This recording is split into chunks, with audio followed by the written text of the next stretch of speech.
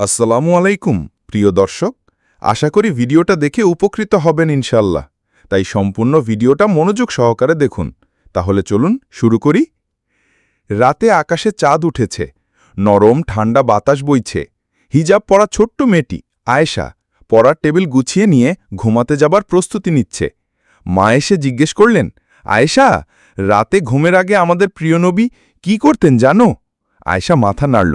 জানি মা, আপনি তো গতকাল বলেছিলেন, আমি সব মনে রেখেছি। মা হাসলেন।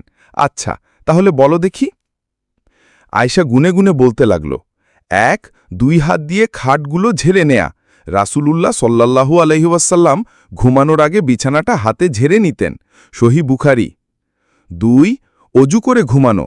কেননা নবী করিম সাল্লাল্লাহু আলাইহি ওয়াসাল্লাম বলেছেন, তোমরা তোমাদের দেহগুলোকে পবিত্র রাখো, আল্লাহ তোমাদের পবিত্র রাখবেন।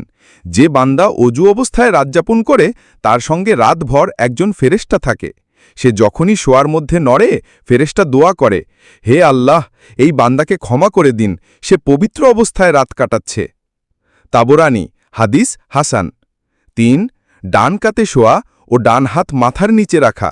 তিনি ডান দিকে ফিরে শুতেন ও বলতেন, আল্লাহুম্মা বিসমিকা আমুতু ওয়া আহইয়া, হে আল্লাহ, তোমার নামেই আমি মৃত্যুবরণ করি ও জীবন লাভ করি। সহিহ বুখারী।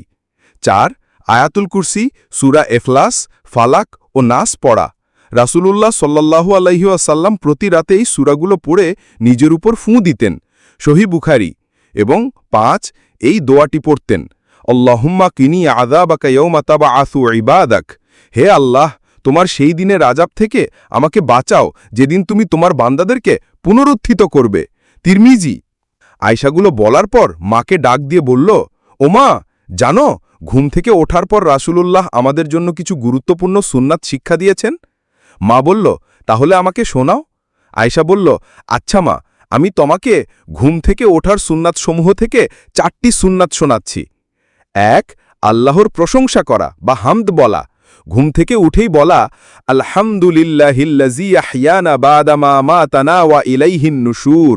অর্থ, সকল প্রশংসা আল্লাহর, যিনি আমাদের মৃত্যুর পর ঘুম থেকে জীবিত করলেন, আর তার কাছেই আমাদের ফিরে যেতে হবে।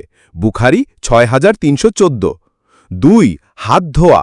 ঘুম থেকে ওঠার পর ভালোভাবে হাত ধুয়ে নেওয়া সুন্নাত, বিশেষ করে পানি ব্যবহার করার পূর্বে। বুখারী ও মুসলিম।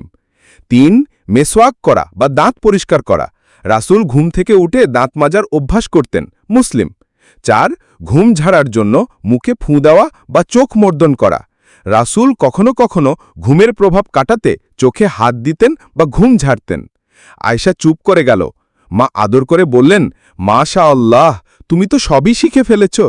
আয়েশা মুচকি হেসে বলল, মা, আমি শুধু শিখিনি, আজ থেকে আমলও করব ইনশাআল্লাহ। আল্লাহ তাআলা আমাদের সবাইকে এই সুন্নাতগুলোর উপর আমল করার তৌফিক দান করুন। আমিন।